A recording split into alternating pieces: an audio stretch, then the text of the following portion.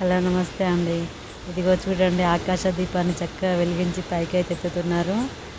ఆకాశ దీపానికి గంట సేపు లైన్ బట్టి నూనె అయితే పోసినాం.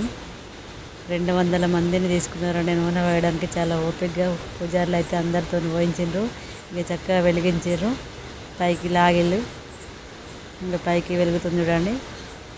చూసి ఒకసారి దండం పెట్టుకోండి. ఇక మంది అయితే చెప్పతరం లేదు, ఇసుక ఉత్తరాలనంత జనం అయితే వచ్చారు. ఫస్ట్ సోమవారం కావడం చేత శివాలయం మొత్తం నిండిపోయింది. చూడండి ఎంత చక్కగా కలకలాడుతుంది. అసలు శివుడు కైలాసంలో ఉన్నాడా లేకపోతే అమ్మవారిని తీసుకొని మా సిరిసిల్లలో ఉన్న శివాలయానికి వచ్చిండా అన్నంత హ్యాపీనెస్ అయితే కనిపిస్తుంది గుళ్ళో.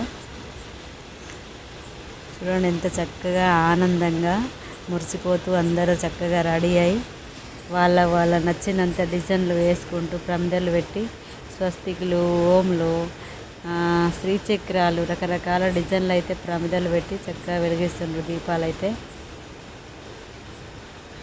చూడ్డానికైతే మామూలుగా లేదండి, అంత ఆనందమయంగా ఉంది గుడి. అంత సూపర్గా ఉంది. ఏ ఊర్లోనైనా కూడా శివాలయంలో, వెంకటేశ్వర్ల గుళ్ళో, దగ్గరలో ఉన్న అన్ని గుళ్ళలోనూ ఈ కార్తీక మాసం అంతా ఇట్లానే ఉంటుంది. ఇక శివాలయంలో అయితే ఇక చెప్పతరంగా అన్నంత జనాలు ఉన్నారు. ఇక స్వామి అయితే మురిసిపోతున్నట్టుగా అనిపిస్తున్నాడు. చూడండి చక్కగా అందమైన ముగ్గులు అయితే వేసి హారతి, ముగ్గులు, దీపారాధన అన్నీగా చక్కగా వేస్తారు. ఇదైతే నా దీపం అండి. చూడండి ఎలా ఉంది చెప్పండి. ఉంటాను మరి.